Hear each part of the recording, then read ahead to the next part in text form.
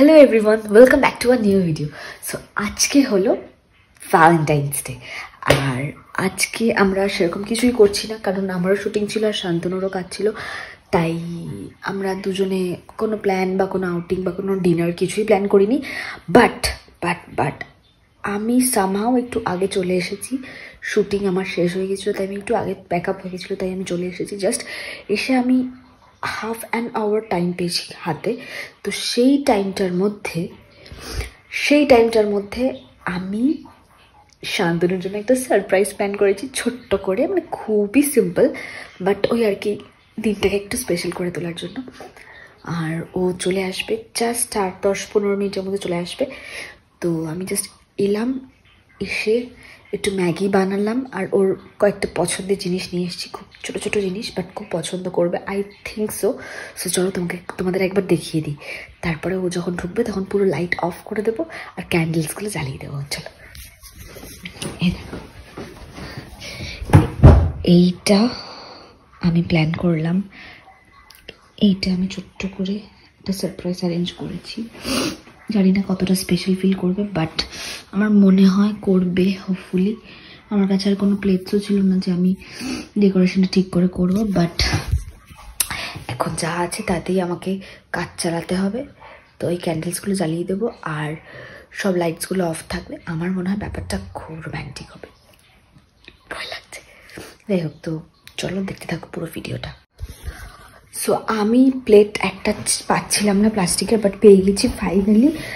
এই যে চেঞ্জ করে দিয়েছি, একটু ফাঁকা ফাঁকা লাগছে বিকজ আমাদের কাছে ছোট প্লেট কিছুই নেই, মানে যা প্লেট আছে সেগুলোতেই কাজ চালাতে হবে। সো এই যে ও জাস্ট আসবে, আমি নিচ থেকে দেখতে পাবো যে ও চলে এসেছে, আর দেন আমি ক্যান্ডেলসগুলো জাস্ট চালিয়ে দেবো। কিন্তু এখনো বুঝতে পারছি না যে ও নিচে দেখা যাচ্ছে না, এখন ওই রুম থেকে দেখতে হবে যে ও এসে গেছে কিনা। আর কিচেনের অবস্থা খুব খারাপ হয়ে আছে, তাড়াতাড়ি করে আমাকে এগুলো, ও এলে অবশ্যই ওকে দিয়েই করাবো।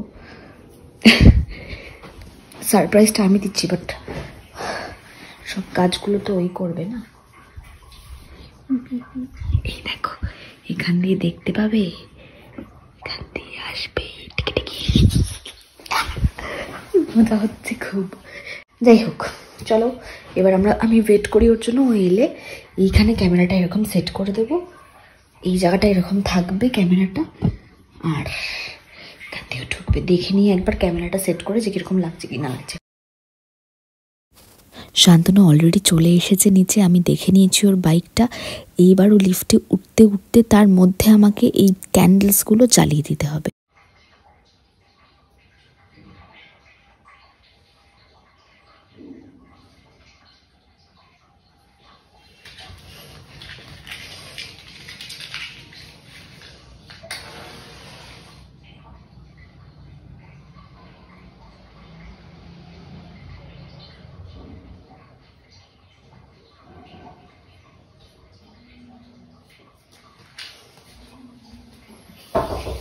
হ্যাঁ, খুলছি।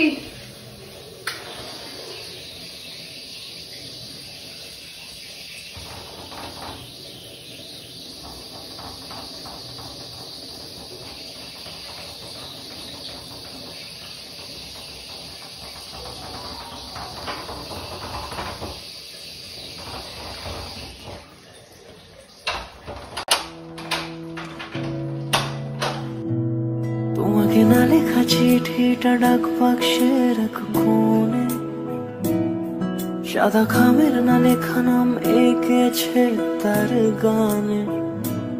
তোমাকে না লেখা চিঠিটা ডাক বাক্সের এক কোণে, সাদা খামের না লেখা নাম এঁকেছে তার গানে। সেই চিঠি যত লেখা থাকে একা একা, সেই গানের না শোনা সুর আঁকা একা একা, ছুঁয়ে যায় তবু কখন।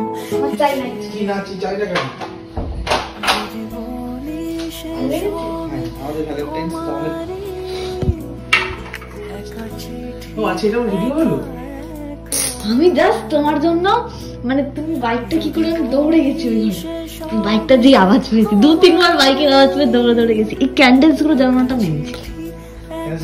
অসাধারণ হয়েছে, ভালো লেগেছে তোমার? দারুণ দারুণ দারুণ। এইটা তো এমন কিছুই না।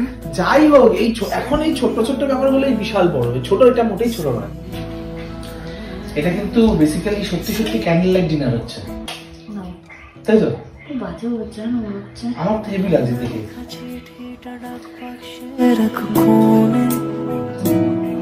সাদা খামের না লেখা নাম এঁকেছে তার গানে, তোমাকে না লেখা চিঠিটা ডাক বাক্সের এক কোণে।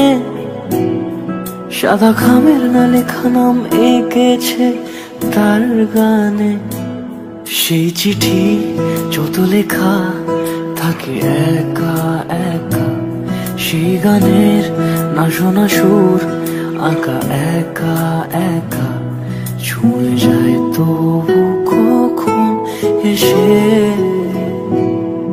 যদি বলি সে সবই তোমারই, একা চিঠি একা একা। যদি বলি সে সবই তোমারই, একা চিঠি একা একা। যদি বলি সে সবই তোমারই, একা চিঠি একা একা।